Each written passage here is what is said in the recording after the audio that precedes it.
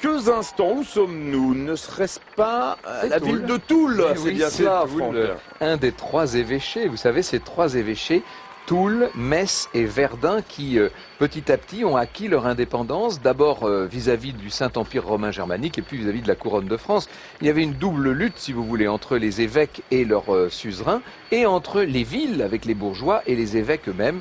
Les trois évêques de Toul, Metz et Verdun avaient acquis une grande puissance jusqu'à ce que Henri II, en 1552, entre dans Toul et que plus tard, en 1648, eh bien, le traité de Westphalie rattache ces trois évêchés à la couronne de France. Alors ce que vous avez sous les yeux, c'est la façade ouest, la grande façade. C'est toujours ce qu'on construit en dernier dans une cathédrale, la façade ouest.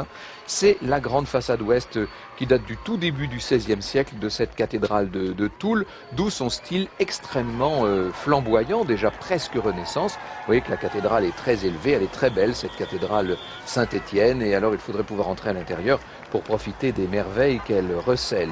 Sachez qu'en 1940, en juin 40, il y a eu un grand incendie sur la toiture et sur la tour sud de la cathédrale et que, comme vous pouvez le constater, elle a été magnifiquement restaurée et reconstruite. Ah, crevaison pour Thibaut Pinot. Thierry.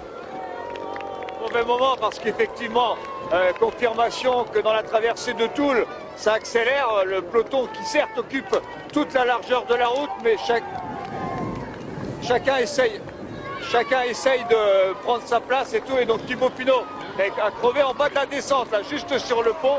Il est attendu par William Bonnet, je pense, mais ça va très très vite. On est dans la traversée de Toul à plus de 60 km/h avec le peloton. On va attendre Thibaut Pinot.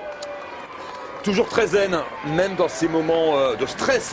Thibaut Pinot, c'est peut-être une attitude qui dénote d'un changement d'état d'esprit. On voit qu'il aborde avec plus de légèreté, plus de relâchement ces moments un peu stressants. C'est important de rester décontracté sur le tour, de ne pas s'énerver après chaque contretemps, parce que ça, c'est une perte d'énergie inutile.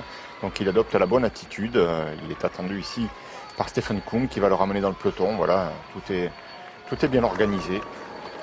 Allez, on a écouté Thierry, on va retrouver Thomas juste devant le peloton. Écoutez, j'y étais il y a quelques secondes et puis j'ai dû repartir parce que le peloton revient tellement vite sur les trois coureurs échappés et surtout que dans la traversée de la ville de Toul, les coureurs vont plus vite que les motos parce que nous on est quand même plus prudents, les coureurs ils touchent même pas au frein, ils vont à une vitesse folle. Mais j'ai quand même eu l'occasion de bien observer ce qui se passe en tête de peloton. On s'en rend pas forcément toujours compte à l'écran, mais il y a un état de nervosité assez impressionnant. La totalité des formations sont en rang, c'est-à-dire que ça soit comme objectif le classement général pour préserver leur leader ou alors l'objectif d'amener leur sprinter. Dès que la route s'élargit, le peloton prend toute la largeur de la route. Dès qu'elle se rétrécit, il y a des coups de frein, il y a des risques de chute. C'est vraiment, là on est dans le money time et c'est déjà, ça frotte énormément en tête de peloton. Tout le monde est concentré, j'ai vu avant que Thibaut crève, j'ai vu sa formation qui était bien présente à l'avant. La formation également de Romain Bardet, un peu plus en embuscade, qui était un peu à l'abri devant en deuxième rideau. Voilà, vigilance de tous les leaders. Et puis, c'est pas un scoop, l'équipe Ineos qui était sur la droite de la route avec Luc Rowe notamment, qui assurait le tempo et qui protégeait tous ses leaders. Allez, Mickaël.